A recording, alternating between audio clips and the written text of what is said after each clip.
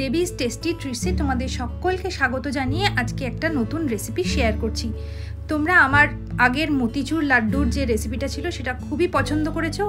আজকে সেই রকমই একটা খুব ভালো খুব সহজ উপায়ে আমি লাড্ডুর রেসিপি নিয়ে এসেছি। দেখো যেমন নরম তেমনি ভেতরে পুরো রস ভর্তি।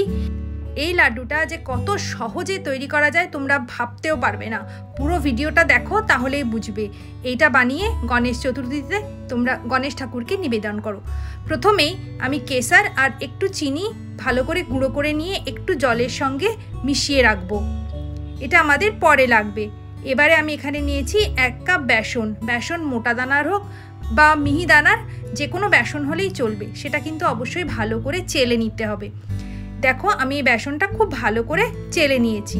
এবারে এর মধ্যে অল্প অল্প করে জল দিয়ে আমি একটা ব্যাটার তৈরি করে নেব। ব্যাটারটা দেখো এরকম হবে, যেন ওপর থেকে এরকমভাবে ধরলে পরেই দেখো ড্রপ ড্রপ করে পড়বে। যখন এইরকমভাবে ড্রপ ড্রপ হয়ে পড়বে তখনই বুঝবে যে তোমাদের ব্যাটার কিন্তু একদম তৈরি হয়ে গেছে। এবারে এর মধ্যে ওই জলে গোলানো ওই কেশরটা দিয়ে আমি খুব ভালোভাবে মিশিয়ে ঢাকা দিয়ে মিনিট 15 রেখে দেব। অন্যদিকে চারমগজ আমি এখানে 2 টেবিল চামচ চারমগজ নিয়েছি, নিয়ে একটু রোস্ট করে নেব। যখনই চারমগজটা ফুটফাট করে ফাটতে শুরু করবে তখনই বুঝবে এটা রোস্ট হয়ে গেছে, তখন এটা সরিয়ে রাখবে। রসের জন্য 1 কাপ চিনি নিয়েছি, তার মধ্যে কিন্তু 1 কাপ মেপে জল দিয়ে দিচ্ছি। এবারে দিয়ে এটাকে আমি এর মধ্যে একটুখানি কেশর দিয়ে দিচ্ছি যাতে একটু কেশরের গন্ধ হয়, আর দিয়ে দিচ্ছি সামান্য এলাচ গুঁড়ো। দিয়ে আমি এটাকে ফুটতে দেব। এর মধ্যে কোনো ঘন কিন্তু এই চিনির শিরাটা তৈরি হবে না, 1 তার 2 তার এরকম কিছুই না। এর মধ্যে সামান্য 1 চিমটে আমি ফুড কালার দিয়েছি। দিয়ে মোটামুটি যখন এই চিনির রসটা এরকম চটচট করবে মধুর মতো, তখনই কিন্তু আমাদের এটা নামিয়ে রাখতে হবে। এবারে মেন পার্ট, তোমরা এরকম ঝাঁঝরিতে করেও লাড্ডুর জন্য বোঁদে বানাতে পারো। আমি কিন্তু বানিয়েছি এই রকম চালুনির সাহায্যে। এই চালুনিটা আমাদের নানা কাজে ব্যবহার হয়, বাড়িতে থাকেই।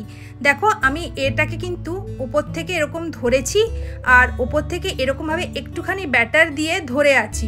আমি কিন্তু এটা ঝাঁকাচ্ছি না, কিছুই করছি না। কি সুন্দর দেখো নিজে নিজেই এর মধ্যে পড়ছে। আর অবশ্যই কিন্তু তোমরা গ্যাসটা হাই ফ্লেমে রাখবে। প্রথমেই যখন বোঁদেটা দেবে তখন কিন্তু এটা হাই ফ্লেমে রাখবে, পরে আঁচ কমিয়ে দেবে। দেখো কি সুন্দর মুক্তোর দানার মতন একদম আমাদের বোঁদে তৈরি হয়ে গেছে লাড্ডুর জন্য। দেখো আমি দেখাচ্ছি, প্রত্যেকটা ঝরঝরে আর একদম কিন্তু ক্রিস্পি। এবারে রসটা একটু হালকা গরম করে আমি এই ভেজে রাখা বোঁদেগুলো সব এর মধ্যে দিয়ে দিচ্ছি। দিয়ে ভালো করে নাড়াচাড়া করব, মিনিট খানেক ফুটতে দেব। দিয়ে তারপরে একদম ঢাকা দিয়ে রেখে দেব।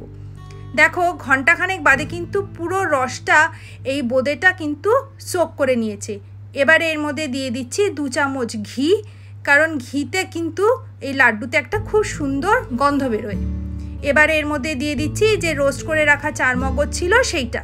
এবারে দিয়ে ভালো করে পুরো জিনিসটা আমি মিশিয়ে নিচ্ছি। ব্যাস এইবারে একটু ঠান্ডা হয়ে গেলে পরেই আমরা এর থেকে মাপ মতন নিয়ে, তোমরা যেরকম মাপ মতন বানাতে চাও লাড্ডু, বড় বা ছোট, সেরকম মাপ মতন নিয়ে হাতে এরকম গোল্লা গোল্লা পাকিয়ে লাড্ডু তৈরি করে নিলেই ব্যাস হয়ে গেল। দেখলে তো কীরকম সহজে ঘরে থাকা চালুনি দিয়েই আমরা কিন্তু লাড্ডুটা তৈরি করে নিতে পারি। এবার তোমরা এইভাবেই কিন্তু এই লাড্ডু বানিয়ে গণেশ চতুর্থীতে গণেশ ঠাকুরকে নিবেদন করতে পারো। আশা করছি যে আমার আগের মতিচুর লাড্ডুর রেসিপির মতন তোমাদের এটাও কিন্তু খুব পছন্দ হবে। একবার বাড়িতে ট্রাই করে দেখো, যে এত সহজ লাড্ডু কিন্তু তোমাদেরকে কেউ শেখাতে পারবে না। দেখো লাড্ডু আমি একটা ভেঙে দেখাচ্ছি, ভেতরটায় পুরো রস জবজব করছে, তেমন নরম তেমন কেশর আর ঘিয়ের গন্ধ। রেসিপিটা ভালো লাগলে আমার চ্যানেলটা সাবস্ক্রাইব করো। টাটা।